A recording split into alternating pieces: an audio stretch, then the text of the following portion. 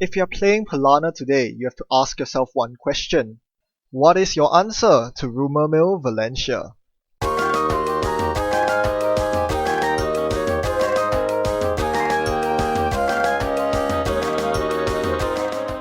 So today I'm not up against Rumor Mill Valencia. However, I'm still up against Anarch, and that is still quite a bad matchup for Polana, especially the non-spiky variant. Let's see how I deal with it. First, I start off with a no agenda opening hand with Celeb Gift and a bunch of money, so may as well just show off my entire hand and play Restructure, hoping my opponent is not a Count Siphon. There's no point icing up HQ or R&D anyway, because my opponent knows that the ice is a Crick. The Crick does nothing right now. And that's one of the downsides of playing Crick. It really is a mid to late game ice. Early on it does absolutely nothing, especially if you show it with the Celeb Gift. So I can only hope that my R&D holds up, and sure it does. My opponent loses a bit of tempo installing a sucker, but getting a sucker online against me is really huge. Now I draw into Vanilla and Cortex Lock. My opponent knows that I drew into a Cortex Lock, so that should deter any sort of aggression from now on. You cannot afford to face check Cortex Lock at this point. Losing 3 cards is kind of a huge deal. So this deck is about the Mutate combo. What Mutate allows you to do is to change one of your existing pieces of ice into the next ice in your deck. So if you're able to manipulate your deck by using Heritage Committee or Precognition, which I'm running both of, you can do some really interesting tricks like turning a pup into a toll booth, or turning a dead Ike because your opponent might have installed York, turning it into an archer, you know. So those are some really cool things you can do with Mutate, and it's a pet card that I've always liked ever since it came out. I used to play in RP Glacier as an anti-parasite counter, but since I haven't drawn Mutate, I'm just going to do the usual Polana trick of scoring out and rushing out in a remote. Polana trick. One thing you notice here is that I'm putting the pedal to the metal simply because my opponent's on double forks. You cannot surmount a late game double forks, there's just no way around it. And my opponent did play an employee strike. So I do want to get rid of the strike as soon as possible. Now, one thing you can do as Polana, if you're worried about Rumor Mill, is to play currents of your own. My big issue with that is, firstly, it doesn't help you on the turn you're trying to score. They simply wait till you attempt to advance something in the remote. You have to advance cards because you usually play agendas such as Corporate Sales Team, Nisei Mark II. Once you telegraph the score, they'll simply play the kitty, and you'll be very sad. Your Caprice and Batties don't work. You cannot play currents at instant speed as the core, which is a big problem right now. Your other possible counter is to bait them into running an agenda and then playing a current of your own. But there are just no good currents in Jinteki. Close or not people is not the best current. It's very expensive, and Cerebral Static is more or less a dead current most of the time. Like against Wizard. Wizard credits aren't going to do much this game. So now I have the Heritage Committee Mutate combo. However, it gets clunkier than this. It's not just the 2-card combo you need. You also need a res piece of ice that you can mutate. And right now I don't have that. I'm not going to mutate the Toll Booth. So that's not an option right now. However, I am definitely considering something that I can do, which is to res my R&D ice using Surat City Grid and then mutate my R&D ice. The problem is, I played Heritage Committee first click and I don't see any good ice I can mutate. However, I do draw a Nisei, so I'm going to try to score it. So here's how the combo works. If on the Heritage Committee draw, I drew a big ice, say an Archer or a Toll Booth, I would top deck it on R&D. Then click 2, I'll place Surat City Grid into my remote. I will res Surat City Grid, and then rest the Marcus Betty that's currently sitting in the remote that is protecting my Nisei right now. By doing that, I trigger Surat and I can res another card, which is the ice on R&D, and for my last click I will play Mutate to mutate the R&D ice into the Archer. I wish I could show it to you, but I wasn't able to draw any big ice, so that's not gonna happen. Alright, my opponent face checks the Cortex Lock and gets punished, but draws back up with I've had worse. So not the worst thing to happen to my opponent. They do lose a copy of Spoon and a bunch of money, but that's about it. Clearly they are not able to contest the remote. Without David, that Toll Booth is going to stick there. So with nothing contest this, I can easily get the Nisei going, and that's quite huge. Going up to 4 points so quickly before Wizard can even set up. That's a big deal. It also helps that my opponent played Wildside without Chronotype. Limited to only 3 clicks on their turn, my opponent found it very difficult to contest my scoring remote, knowing that there's an upgrade they have to deal with as well. Clearly, they haven't drawn into their Princess Space Kitty yet. And that's another thing about Rumor Mill. You can't always assume your opponent has it. Of course, you have to be prepared for it, but sometimes you just have to stick your agenda through and hope it stays, because you can't be sure. You can't play around a threat that might not even be there. That's not how you win. So I feel okay about our HQ right now, even though my opponent has found a Mimic and can easily run through every single turn. They're not gaining sucker counters because they have to spend a sucker to reduce the Cortex lock, and I have no agendas in hand. So right now, what do? I want to mutate the Toll Booth on my remote. This is because there's a Parasite sitting on it, and I'm pretty sure it's going to go down next turn if I don't mutate it right now.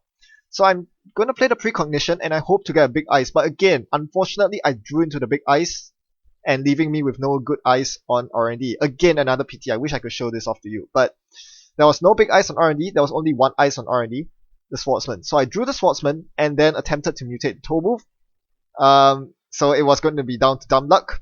Of course, I got the pup. Toll Booth became pup. I'm pretty sure when I used to play RP, I got it the other way around. I managed to mutate pups into Toll Booths. This time, it wasn't going to work. I drew too many of my big ice, and yeah, that's what happens. Sadly, the mutates didn't work out. It's a very clunky combo that isn't even 100% reliable when it does land. Yeah, that's the way it is.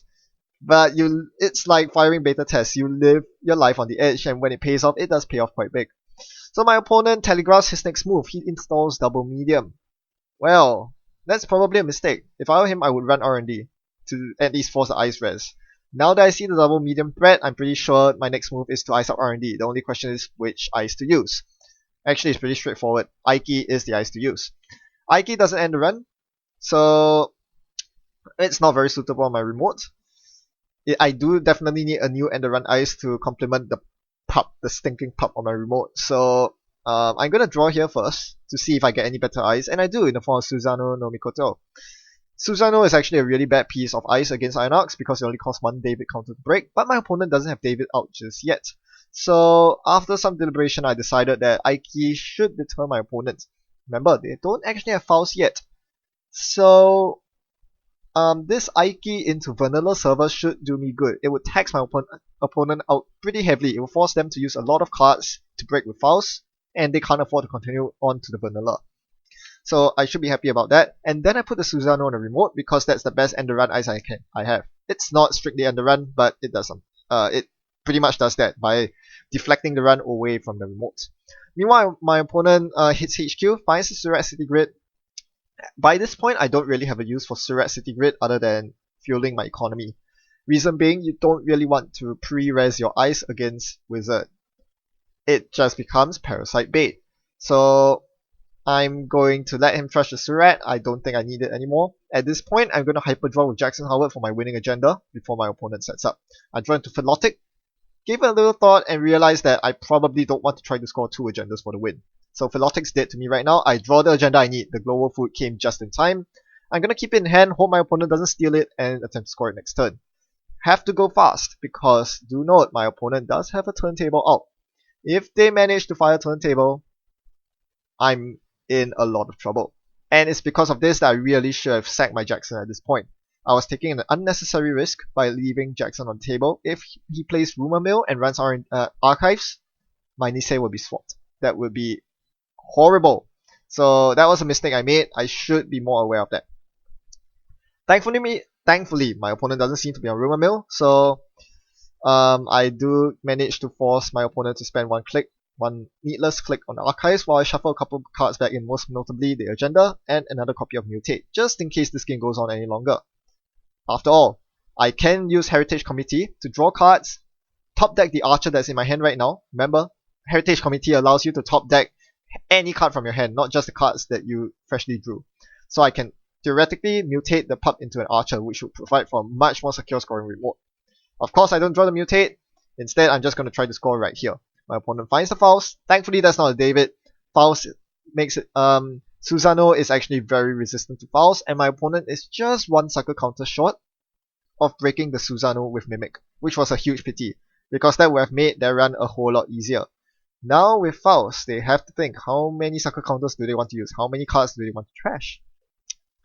And my opponent being on only 2 clicks remaining, thanks to Wildside, and there being a Batty at the bottom of the server, they must, and having a Nisei token, they must actually make 2 successful runs on the server, or win the Batty tie game. So at this point, my opponent drops a couple of cards, goes to the pub with 3 credits remaining, and makes a big mistake. My opponent decides to pay 2 credits, leaving themselves with insufficient credits to play the side game on Marcus Batty. It's quite obvious that it's a Marcus Batty, especially after I did not rest the Caprice. So my opponent should have paid 1 credit and then ditch a card, or even ditch 2 cards to the pub. The fact that they didn't do this meant that I was able to bid 2 on the Batty, leaving myself with exactly 3 credits to score the Global Food next turn. I trigger the Susano after winning the side game. They do get a sucker counter off of this, but with 1 click remaining and the Nisei token still alive, there was no way they were going to win. I stopped my opponent with the Nisei counter. At this point, it doesn't really matter. And I close out the game very quickly. Whew! Had to really rush that one out there. Had I given my opponent 1 more turn, I could have lost this game easily. So even though I won this game, don't think that this deck is any good. In fact, I lost a couple of games prior to getting this win, and even then, this win was so close. It could have easily gone my opponent's way. That being said, I think it's quite a good idea to just come up with decks like these that are like tier 2 decks, but make use of some interesting cards, some cards that you usually never play, because that forces you to look at these cards in a different way when put in a particular situation, in a particular matchup, and think of what other ways these cards can help you win the game, other than just for the combo itself. I think that's one important skill to have, to be versatile and flexible with your card usage, because from the core set days until now, even though the card pool has been steadily expanding, your deck size limit has remained the same, 49 cards. This means that every single card needs to have more utility than ever before for them to justify a slot in your deck. And I think this game illustrated a couple of ways in which I use cards other than what I intended them for. So you have the Heritage Committee into Mutate combo, which obviously when I built this deck, I conceived this to be the way which I turn my small ice into big ice. But individually, they do things as well. Remember when I used the Heritage Committee, I didn't find any good ice to combo, but it allowed me to draw my Nisei Mark II, and I was able to follow up with an install Nisei and advance in my last 2 clicks. So knowing that Heritage Committee can double up as a way to dig through your deck faster to find the agendas that you need to score, or dig through R&D log, is quite important. You shouldn't just save the Heritage Committee for the Mutate. Similarly, with Mutate, you would think that you would only use it when you can combo with Heritage or Precognition. But in my case, I used it on a Toll Booth that was going to die the next turn with Parasite on it.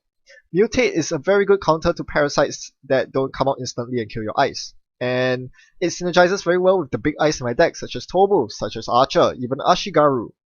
So, knowing the versatility of your cards and when you can use them to the fullest is a big deal. I hope that through this you learn to do that from your own decks as well. Not just with this Palana deck, but with any deck. There are lots of cards that can double up as useful counters to what your opponent poses you. And knowing the ins and outs of these is what makes you a better player at the game. Thanks for watching and happy net running. I'll see you around.